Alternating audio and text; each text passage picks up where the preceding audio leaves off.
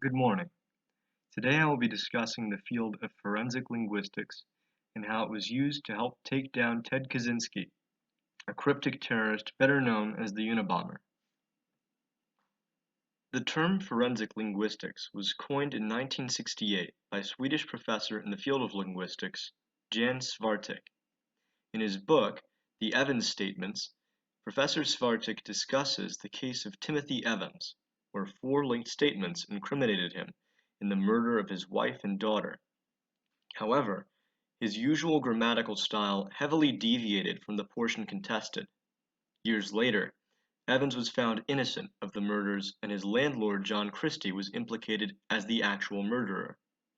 However, it was too late for Timothy to see the light of freedom, as the revelation came after he had already been executed. Professor Jan Svartek's analysis ushered in the beginning of a new field, forensic linguistics. For years, little progress was made in the field of forensic linguistics.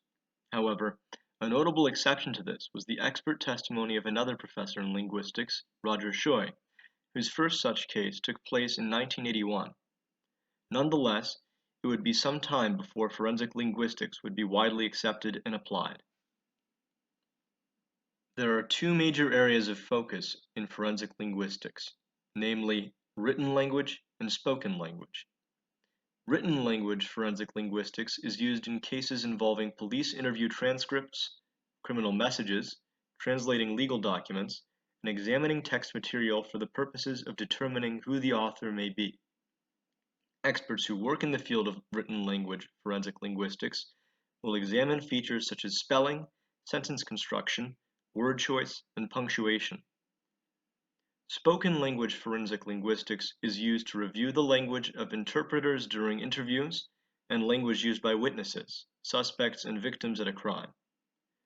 Experts who work in this field will examine the accent, dialect, pronunciation, tone of voice, speed, and rhythm of speech.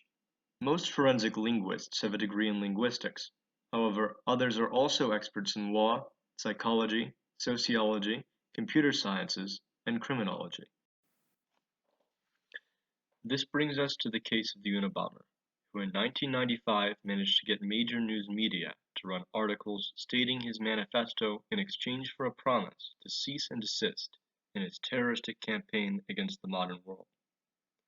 The case of the Unabomber, who had since 1978 conducted a protracted and targeted mail bombing campaign against innovators and industrialists, had for some time gone cold prior to the 1995 manifesto. Yet, despite having conducted several attacks in various parts of the country using the mail system, the Unabomber's identity remained elusive, as he had taken special care to scrub any evidence that could trace the attacks back to him. Enter James R. Fitzgerald, an FBI criminal profiler who began working on the case in 1995. Using the Unabomber's manifesto as the basis for a linguistic forensics investigation, Fitzgerald says the Unabomber's writings were a, quote, pivotal factor, unquote, in cracking the case.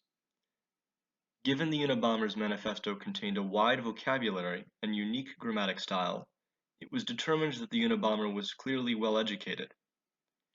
Eventually, Fitzgerald and his colleagues were able to approximate the age and geographic origin of their suspect based on this information, and this evidence allowed the FBI to zero in their focus on the Great Lakes area.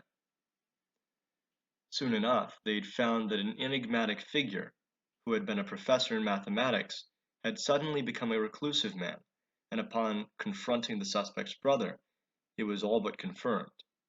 Ted Kaczynski was the Unabomber. After a raid on his cabin hideout in Montana, the Unabomber was apprehended and taken into police custody, where he eventually pled guilty and was sentenced to life in prison.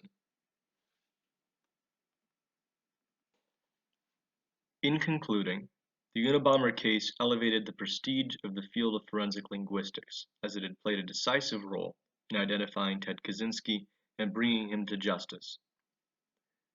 Over time, further developments and contributions have been made to the field, and organizations such as the International Association of Forensic Linguists and the International Association of Forensic Phonetics and Acoustics have been organized to help coordination between pioneering experts in this particular field.